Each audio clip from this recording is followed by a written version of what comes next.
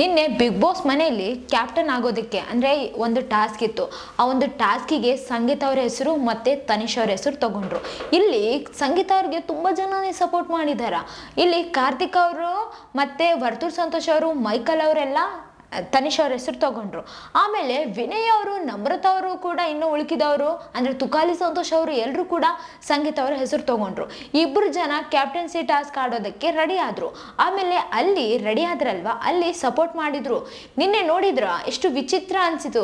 ಈ ಒಂದು ನಿನ್ನೆ ನೋಡಿದ್ರಲ್ವ, ಅದು ಹಂಗೆ ಕಂಟಿನ್ಯೂ ಆಗಬೇಕಂತ ಕೂಡ ಅನಿಸಿತು. ಯಾಕಂತಂದರೆ ಯಾರ ಮಧ್ಯೆ ಕೂಡ ನಿನ್ನೆ ಮನಸ್ತಾಪ ಇರಲಿಲ್ಲ, ದ್ವೇಷ ಇರಲಿಲ್ಲ. ಎಷ್ಟು ಚಂದ ಆಟ ಆಡಕತ್ತಿದ್ರು. ಈ ಒಂದು ಟಾಸ್ಕ್ನ ಟಾಸ್ಕ್ ಥರನೇ ತಗೊಂಡ್ರು. ಅದನ್ನ ಪರ್ಸ್ನಲ್ ಆಗಿ ತಗೊಳ್ಳಿಲ್ಲಲ್ಲ, ಅದೇ ಒಂದು ಕಡೆಯಿಂದ ಚೆನ್ನಾಗಿ ಅನಿಸಿತು. ಆಮೇಲೆ ಅಂತೂ ಇಂತೂ ಗೆದ್ದು ಬಿಟ್ರು ತನಿಷ್ ಅವರು. ಗೆದ್ಮೇಲೆ ಸಂಗೀತ ಅವ್ರು ಇದಾರಲ್ಲ, ಅಂದರೆ ನಾನು ಕ್ಯಾಪ್ಟನ್ ಆಗ್ಬೇಕಂತ ಹೇಳಿ ಎಲ್ರಿಗೂ ಇದ್ದೇ ಇರುತ್ತಲ್ವಾ. ಆದರೆ ಇಲ್ಲಿ ನಿನ್ನೆ ಸಂಗೀತ ಅವ್ರಿಗೆ ಆ ಥರ ಏನು ಕಾಣಿಸ್ಲಿಲ್ಲ. ಈಗ ತನಿಷ್ ಅವ್ರು ವಿನ್ ಆದ ತಕ್ಷಣ ಹೋಗಿ ಮೊದಲು ಹಗ್ ಮಾಡ್ಕೊಂಡಿದ್ದೆ ಸಂಗೀತ ಅವರು. ತುಂಬ ಖುಷಿ ಪಟ್ಟರು, ಎಲ್ರ ಮುಂದೆ ಕೂಡ ಹೇಳಿದರು. ಆಮೇಲೆ ಹೋಗಿಬಿಟ್ಟು ಅಲ್ಲಿ ಕಿಚನಲ್ಲಿ ಕುಂತಾಗ ಅಮೃತ ಅವರು ಮತ್ತು ವಿನಯ್ ಅವರೆಲ್ಲ ಮಾತಾಡಕತ್ತಿದ್ರಲ್ವ, ಅವಾಗ ನೇನೋ ಆಡೋ ಚಾನ್ಸ್ ಇತ್ತು, ಆಡಬೇಕಿತ್ತು, ಯಾಕೆ ಸ್ವಲ್ಪ ಇದಾಯಿತು ಅಂತ ಹೇಳಿದರು. ಇಲ್ಲ, ನನಗೆ ತನಿಷ ಆಗಿದ್ದೇನು ಖುಷಿನೇ ಆದ, ಅವ್ರಾಗಿದ್ದೆ ನನಗೇನು ಹೇಟ್ ಮಾಡ್ತಿಲ್ಲ, ನಾನು ಅವ್ರಾಗಿದ್ದು ನಂಗೆ ತುಂಬಾ ಖುಷಿಯಾಗಿದೆ ಅಂತ ಹೇಳಿದರು. ಇಲ್ಲಿ ನಮ್ಗೆ ಯಾರಿಗೂ ದುಃಖ ಆಗಿಲ್ಲ, ಏನೂ ಇದು ಆಗಿಲ್ಲ, ಬಟ್ ನಮಗೂ ಖುಷಿಯಾಗಿದೆ. ಬಟ್ ನೀವು ಆಡಬೇಕಾಗಿತ್ತು ಅಂತ ಹೇಳಿ ನಮ್ರತ ಅವರು ಕೂಡ ಹೇಳಿದರು. ಆದರೆ ಇಲ್ಲಿ ಅವರೇ ಹೇಳಿದ್ರು ಒಂದು ಮಾತನ್ನ, ಏನಪ್ಪ ಇದು ಸಂಗೀತನ ಇಷ್ಟೊಂದು ಚೇಂಜ್ ಆಗಿದ್ದಾರಲ್ವಾ, ಅವರು ಕ್ಯಾಪ್ಟನ್ಸಿ ಟಾಸ್ಕ್ನ ಎಷ್ಟು ಸೀರಿಯಸ್ ಆಗಿ ತಗೊಳ್ತಾರ. ಇಲ್ಲಿ ಸಂಗೀತ ಅವರು ತನಿಷ್ ಅವರಿಗೆ ಅಂದರೆ ಆಡಲಿ ಖುಷಿಯಿಂದ ಹಗ್ ಮಾಡಿದ್ರಲ್ಲ, ಇದು ಸಂಗೀತನೇನಾ ಅಂತ ಹೇಳಿ ಬಿಗ್ ಬಾಸ್ ಅವರೇ ಶಾಕ್ ಆಗಿರ್ತಾರ ಅನ್ನೋ ಒಂದು ಮಾತನ್ನು ಕೂಡ ಸಂಗೀತ ಅವರು ಹೇಳಿದರು. ಈ ಒಂದು ಬಿಗ್ ಬಾಸ್ ಮನೆಯಲ್ಲಿ ಆ ತನಿಷ ಇದ್ದಾರಲ್ವ, ಆ ಪ್ಲೇಸಲ್ಲಿ ಬೇರೆ ಯಾರೇ ಇದ್ದಿದ್ರು ಕೂಡ ಸಂಗೀತ ಅವರು ಸ್ವಲ್ಪ ತುಂಬ ಸೀರಿಯಸ್ ಆಗಿ ಆಟ ಆಡ್ತಿದ್ರೇನೋ. ನಿನ್ನೆ ಕೂಡ ಆಡಿದಾರ, ಇಲ್ಲ ಅಂತ ಹೇಳ್ತಿಲ್ಲ. ಆದರೆ ಫ್ರೆಂಡ್ ಅನ್ನೋ ಒಂದು ಖುಷಿ ಅಲ್ವ, ಅವರು ಆಗಿಲ್ಲ ಕ್ಯಾಪ್ಟನ್, ಇವರು ಆಗಿಲ್ಲ ಕ್ಯಾಪ್ಟನ್.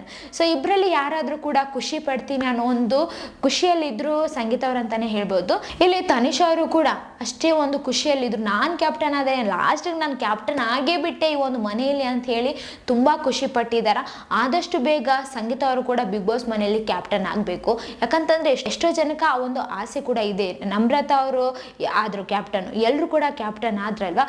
ಈಗ ಸಂಗೀತ ಅವ್ರು ಕ್ಯಾಪ್ಟನ್ ಆದರೆ ಯಾವ ಥರ ಆಡಬಹುದು, ಯಾವ ಥರ ರೂಲ್ಸ್ ಮಾಡ್ಬೋದು ಅಂತೇಳಿ ಎಲ್ಲರೂ ಕಾಯಕತ್ತಾರ ನೋಡೋದಕ್ಕಂತಾನೆ ಹೇಳ್ಬೋದು.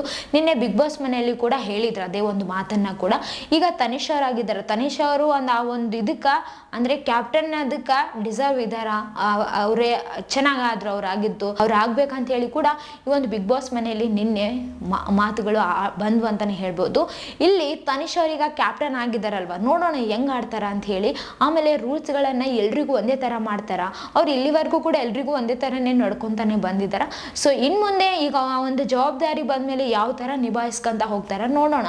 ಇಲ್ಲಿ ಸಂಗೀತ ಅವ್ರ ಮೇಲೆ ಅಂತೂ ಎಲ್ರಿಗೂ ತುಂಬಾ ಲವ್ ಆಗಿದೆ ಅಂತಲೇ ಹೇಳ್ಬೋದು. ಆ ಒಂದು ಪ್ರೀತಿ ಜಾಸ್ತಿ ಆಗಿದೆ ಅಂತಲೇ ಹೇಳ್ಬೋದು. ಯಾಕಂತಂದರೆ ಇಲ್ಲಿ ಸಂಗೀತ ಅವರು ಈಗ ನಾನೇ ವಿನ್ ಆಗಬೇಕು, ನಾನೇ ಗೆಲ್ಲಬೇಕು, ನಾನೇ ಕ್ಯಾಪ್ಟನ್ ಆಗ್ಬೇಕಂತೇಳಿ ಒಂದು ಟೈಮಲ್ಲಿ ತನಿಷ್ ಅವ್ರನ್ನ ಅಷ್ಟೊಂದು ಇದು ಮಾಡಿದ್ದು, ಅಂದರೆ ಅಷ್ಟೊಂದು ಹೇಟ್ ಮಾಡಿದ್ದು, ಆಮೇಲೆ ಫ್ರೆಂಡ್ಶಿಪ್ನ ಕಟ್ ಮಾಡ್ಕೊಂಡಿದ್ದು ನೀವೆಲ್ಲರೂ ನೋಡೇ ಇದ್ದೀರಾ.